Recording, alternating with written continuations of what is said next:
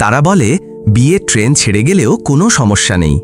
যদি বিয়ের ট্রেন এসে তুমি উঠতে না পারো তাতেও কোনো সমস্যা নেই। যদি বিয়ের ট্রেনে উঠে পরে নেমে যাও তাতেও কোনো বাধা নেই।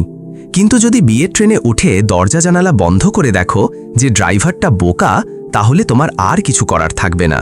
শুধু চোখ বন্ধ করে নিয়তির জন্য অপেক্ষা করতে হবে আর ধৈর্য ধরতে হবে। আর এটাই ঘটেছিল সালমার ক্ষেত্রে। সে একটি সাধারণ পাড়ায় বাস করত। তার বয়স ছিল 25 বছর। তার দুটি বড় বড় সুন্দর চোখ ছিল আর লম্বা চুল, যা তার সাধারণ ওড়নার নিচ থেকে সবেমাত্র দেখা যেত। সে একটি গরিব ও সাধারণ পরিবারের মেয়ে ছিল, সম্মানের সঙ্গে বড় হয়েছিল। সে সেই মুহূর্তের অপেক্ষায় ছিল যখন সে তার পরিবারের বাড়ির 4 দেয়ালের বাইরে একটি নতুন জীবন শুরু করবে। মারওয়ান ছিল একটি উচ্চবিত্ত পাড়ার 30 বছর বয়সী এক যুবক, যে একটি বড় কোম্পানিতে কাজ করত। সে হঠাৎ সালমার জীবনে এসেছিল, তাকে বাগদান করেছিল এবং দ্রুত বিয়ে করেছিল। মারওয়ানের সমস্যা ছিল এই যে তার ব্যক্তিত্ব ছিল দুর্বল। সে জানত না কিভাবে নিজের জন্য বা তার পরিবারের জন্য লড়াই করতে হয়। তার মা ছিলেন তার জীবনের নিয়ন্ত্রক। সালমা ও মারওয়ানের বিয়ের পর সালমা মারওয়ানের বাড়িতে চলে যায়, যেখানে মারওয়ান তার মায়ের সঙ্গে থাকত। সালমা প্রথমবার বাড়িতে প্রবেশ করেছিল একটি মাঝারি সাইজের ব্যাগ টেনে নিয়ে। মারওয়ানের বাড়িটি ছিল বড় এবং সুন্দর, একটি খুবই উচ্চবিত্ত পাড়ার মাঠে।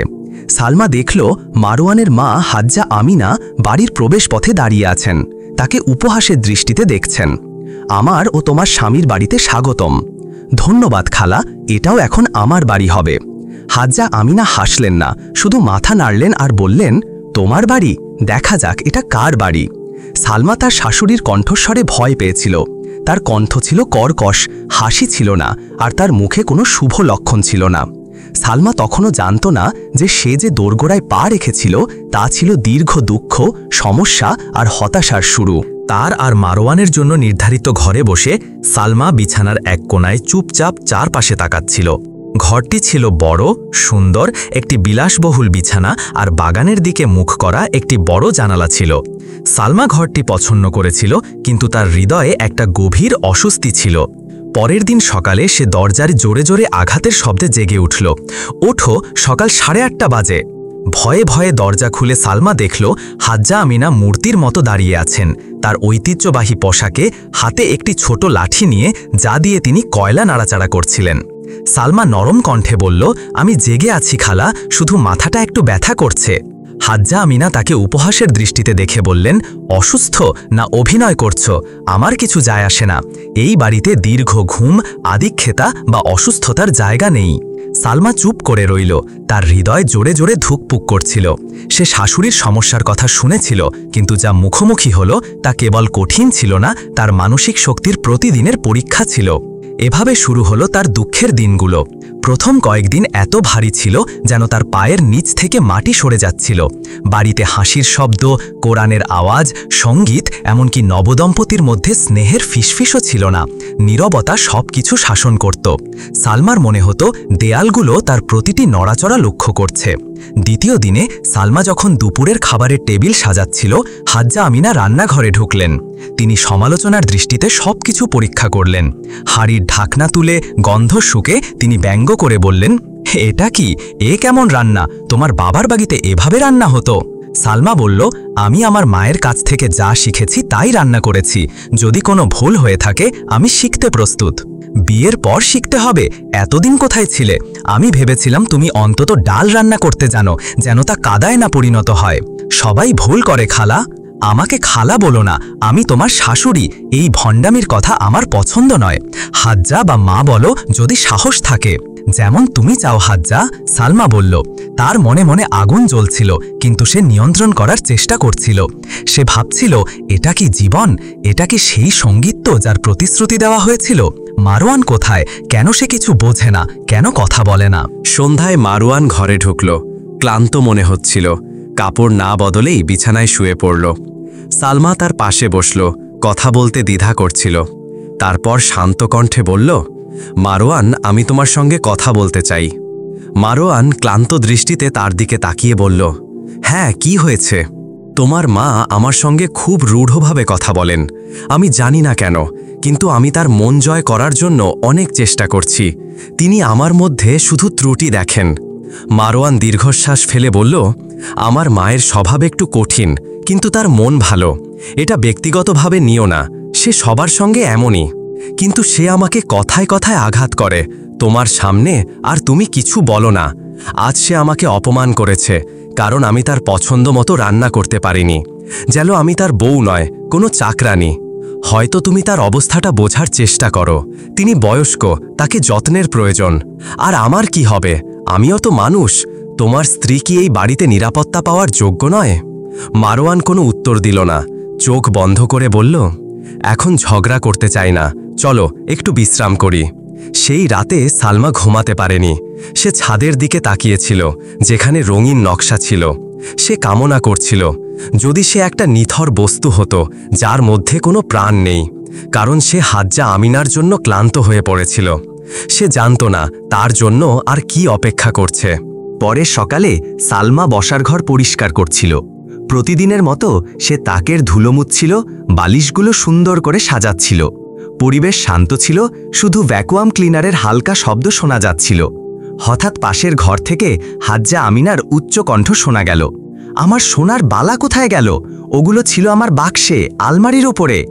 সালমা কাজ থামিয়ে বিস্ময়ে চোখ বড় বড় করে তাকালো। তারপর দ্রুত ঘরে গিয়ে বলল, কি বলছেন হাজ্জা? আমি আপনার কিছু স্পর্শ করিনি। এই বাড়ির সব কিছু আমার নজরে থাকে। তুমি একমাত্র যে আমার ঘরে ঢোকে। আমাকে তোমার নিরীহ মুখ দিয়ে বোকা বানিও না। আমি আপনার ওপর ভরসা করি না। যে গরিব পরিবার থেকে আসে সে চুরি করতে পারে। হ্যাঁ, তুমি আমার বালা চুরি করেছ, বিক্রি করার জন্য, যেন টাকা তোমার গরিব বাবাকে দিতে পারো। সালমার মুখে কথা জমে গেল। তার গাল বেয়ে এক ফোঁটা গরম অশ্রু গড়িয়ে পড়ল। সে মারওয়ানের দিকে তাকালো, যে তখন ঘরে ঢুকেছিল এবং হতবাক মনে হচ্ছিল। শুনছ মারওয়ান, হাজ্জা কি বলছেন? হ্যাঁ শুনছি, কিন্তু তিনি কাউকে অভিযুক্ত করছেন না, শুধু তার বালার কথা জিজ্ঞাসা করছেন। যখন একজন নারী তার স্বামীর বাড়িতে অপমানিত হয়, তার সম্মান নিয়ে সন্দেহ করা হয়, তখন তার আর থাকার জায়গা থাকে না। সালমা চোখের পানি মুছে ঘর থেকে বেরিয়ে গেল। তার হৃদয় দুঃখে আর অপমানে ভারী হয়ে গিয়েছিল। কিছুক্ষণ পর হাজ্জা আমিনা তার বালাগুলো পুরানো কাপড়ের বাক্সের পেছনে খুঁজে পেলেন। তিনি নিজেই সেগুলো রেখেছিলেন এবং ভুলে গিয়েছিলেন। কিন্তু সেই আঘাতমূলক কথা সালমার হৃদয়ে ছুরির মতো আঘাত হয়ে রইল। সে বিছানার কোনায় বসে বালাগুলো হাতে ধরে যেন অনুশোচনার একটা সুতো ধরে রেখেছিল। হাজ্জা আমিনা কারো কাছে ক্ষমা চাইতে অভ্যস্ত ছিলেন না। তিনি তার ছেলেকে ডেটে বললেন, তোমার বউকে বলো বিলাপ করা বন্ধ করতে, আমি বালাগুলো পেয়েছি। মারওয়ান বলল, শুনলে সালমা, আমি তো বলেছিলাম আমার মা মনে মনে ভালো, খুশি হও, তার বালা পাওয়া গেছে। খুশি হব আমার সম্মানে আঘাত করার পর? হ্যাঁ, আমাদের খুশি হতে হবে, কারণ আমি জানি যদি মা তার বালা না পেতেন তিনি আমাদের রাস্তায় বের করে দিতেন। তুমি তো পুরুষ, তোমার ভালো চাকরি আছে, তুমি অনেক টাকা রোজগার করো, তাহলে তুমি কিসের ভয় পাও? মারওয়ান সালমার কথার কোনো উত্তর দিল না, চুপ করে মাটির দিকে তাকিয়ে রইল। সালমা তাকে ছেড়ে চোখের পানি মুছে ঘুমাতে গেল। একটি শরৎকালের কুয়াশাচ্ছন্ন সকালে আকাশ মেঘে ঢাকা ছিল। সালমা ভোরে উঠল। হাজ্জা আমিনা তার আগেই রান্নাঘরে গিয়েছিলেন। তিনি তার নিয়মিত ব্যবহৃত চায়ের কেটলি খুঁজছিলেন। না পেয়ে তিনি চিৎকার করে বললেন, কে নিয়েছে আমার কেটলি? কে সাহস করে এটাকে তার জায়গা থেকে নড়িয়েছে? সালমা দ্রুত রান্নাঘরে ছুটে গেল। ভয় ভয় বলল, আমি এটাকে নিচের তাকে রেখেছি, কারণ আমি ওপরের তাক পরিষ্কার করছিলাম, ভয় পাচ্ছিলাম এটা পড়ে যাবে। হাজ্জা আমিনা রাগে জ্বলন্ত চোখে তার দিকে তাকিয়ে বললেন, কে তোমাকে কিছু পরিষ্কার করতে বলেছে?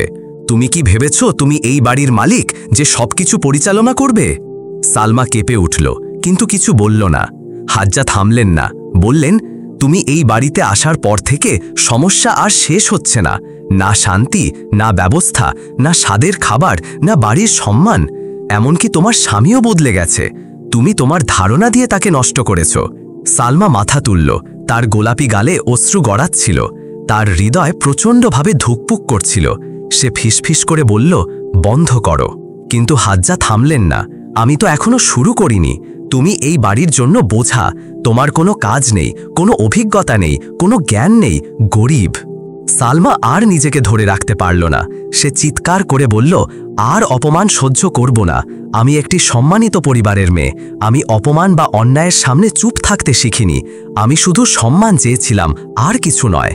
যে অন্যের বাড়ির সম্মান করে না সে সম্মান চায়। যদি তুমি এখানে থাকতে না পারো তাহলে দরজা খোলা আছে। আমি যদি সেদিন এই বাড়িতে না ঢুকতাম, আমি যদি এই বিয়ের ট্রেনে না উঠতাম। হঠাৎ মারওয়ান ঢুকল। চিৎকার শুনে সে হতবাক হয়ে দাঁড়িয়ে গেল। সালমা তাকে বলল, যা আমি ভয় করছিলাম তাই হয়েছে। আমি ভেঙে গেছি মারওয়ান, আমি আর নিজেকে চিনি না। হাজ্জা বললেন, তোমার বউকে নিয়ে যাও যেখানে খুশি, তাকে আমি আর এই বাড়িতে দেখতে চাই না।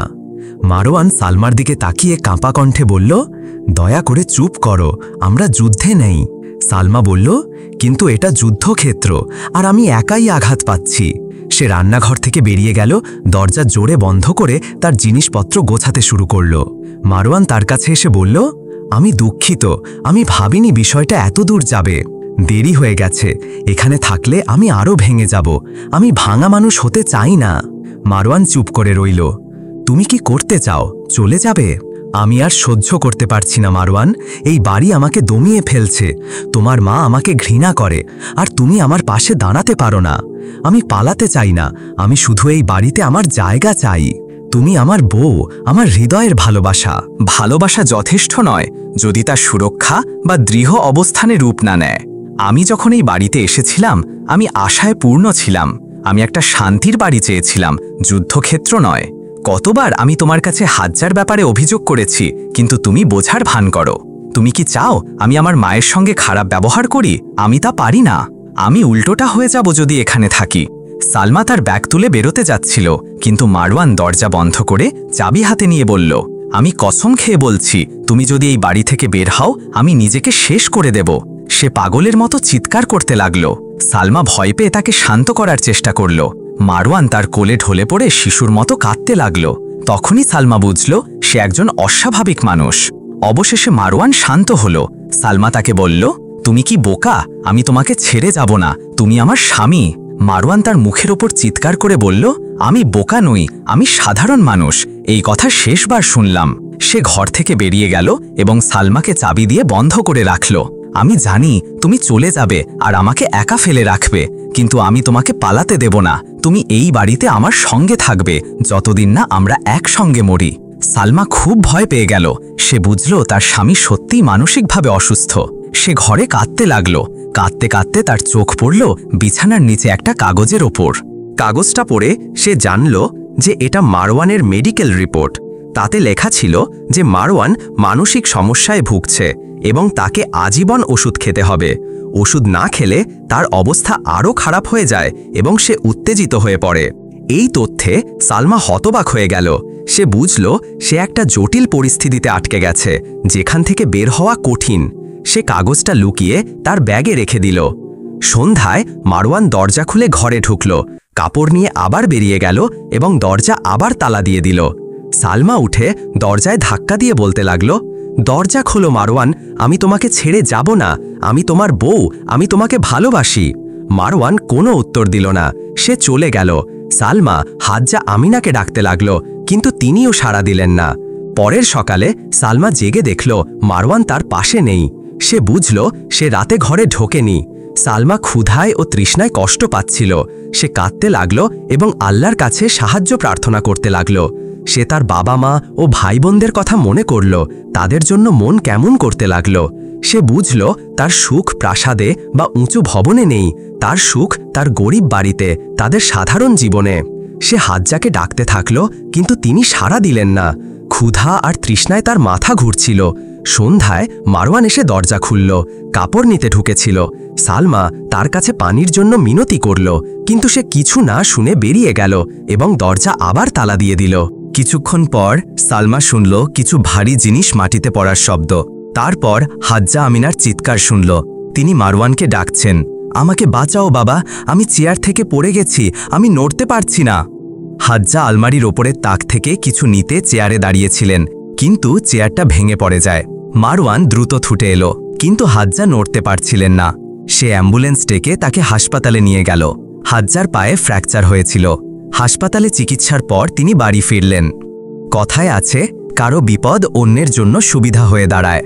হাজ্জার পায়ের কারণে তাকে বিছানায় থাকতে হলো, তাই সালমাকে ঘর থেকে বের হয়ে তার দেখাশোনা করতে হলো। মারওয়ান সালমার কাছে এসে তাকে পানি আর খাবার দিল। দুর্বল সালমা দাঁড়াতে পারছিল না। মারওয়ান বলল, আমার মা দুর্ঘটনায় পড়েছে, আমি কাজে যেতে স্মাগলিং গেছি, তাকে দেখার জন্য তুমি ছাড়া আর কেউ নেই। সময় মতো ওষুধ দিতে ভুলো না, কিন্তু শোনো, তুমি পালানোর চেষ্টা করলে আমি তোমাকে ছাড়ব না, বুঝেছ? সালমা মাথা নাড়ল, সব বুঝেছে। কিছুক্ষণ পর সে শক্তি ফিরে পেয়ে ঘর থেকে বেরিয়ে হাজ্জার ঘরে গেল। মারওয়ান কাজে চলে গেল। সালমা বাড়ির দরজা খুলে পালানোর চেষ্টা করল, কিন্তু সব দরজা তালাবদ্ধ ছিল। সে বুঝল পালানোর উপায় নেই, তাই সে হাজ্জার যত্ন নিতে শুরু করল, তার ওষুধের সময় ঠিক রাখল। কিন্তু হাজ্জার স্বাস্থ্য দিন দিন খারাপ হতে লাগল। তিনি রোগের মধ্যেও জেদি রইলেন, সালমার কাছে ক্ষমা চাইলেন না। 4 দিন পর এক সকালে হাজ্জা আমিনা মারা গেলেন। মারওয়ান এত বড় ধাক্কা সহ্য করতে পারল না, সে চিৎকার করতে করতে অজ্ঞান হয়ে গেল। সালমা ভয় পেয়ে গেল। সে মারওয়ানের ফোন থেকে তার বাবাকে ডেকে আনল, হাজ্জার বোনকে মৃত্যুর খবর দিল এবং অ্যাম্বুলেন্স ডাকল। মারওয়ানকে হাসপাতালে নিয়ে যাওয়া হলো। হাজ্জার বোন শোকে আসেননি, তাদের সম্পর্ক ভালো ছিল না। শুধু সালমার বাবা মা আর কিছু প্রতিবেশী এলো। হাজ্জার দাফনের পর সালমা তার বাবা মাকে সব কিছু খুলে বলল। তারা মারওয়ানের অবস্থা জানতে হাসপাতালে গেল। ডাক্তার জানালেন মারওয়ানের মস্তিষ্কে সামান্য সমস্যা ছিল, যা প্রতিদিনের ওষুধে নিয়ন্ত্রিত থাকত, কিন্তু গত 1 মাস সে ওষুধ খায়নি। মায়ের মৃত্যুর ধাক্কায় তার অবস্থা খারাপ হয়ে পক্ষাঘাত হয়েছে। ডাক্তার বললেন তাকে নিয়মিত ওষুধ আর ফিজিওথেরাপি দিতে হবে, তাহলে তার অবস্থা স্থিতিশীল হবে। সালমা এই খবরে হতবাক হয়ে গেল। তার বাবা তাকে ধৈর্য ধরতে বললেন। কিছুদিন পর মারওয়ানের অবস্থা স্থিতিশীল হল। সালমা তার অধিকার নিশ্চিত করতে মারওয়ানকে বলল, তুমি বাড়িটা আমার নামে লিখে দাও, আমি তোমার সারা জীবন যত্ন নেব, নইলে আমাকে তালাক দাও। মারওয়ান তার শর্ত মেনে নিল। সালমা এখন সেই বাড়ির মালিক যেখানে সে নিজেকে পরিচিত মনে করত। হাজ্জা আমিনা একদিন বলেছিলেন, তোমার বাড়ি, দেখা যাক এটা কার বাড়ি। সালমা সত্যিকারের নিয়তে বিয়ের ট্রেনে উঠেছিল। ভুল ট্রেনে উঠলেও তার ধৈর্য তাকে বিজয়ী করেছে। 1 মাসের মধ্যে সে সেই বাড়ির মালিক হয়ে গেল যেখানে সে নিজেকে অপরিচিত মনে করত। এভাবে আমার গল্প এক উপত্যকা থেকে আরেক উপত্যকায় গিয়ে পৌঁছালো তোমাদের কাছে। প্রিয় পাঠকরা, নবীর ওপর দরুদ পড়ো এবং গল্পটির জন্য লাইক দাও।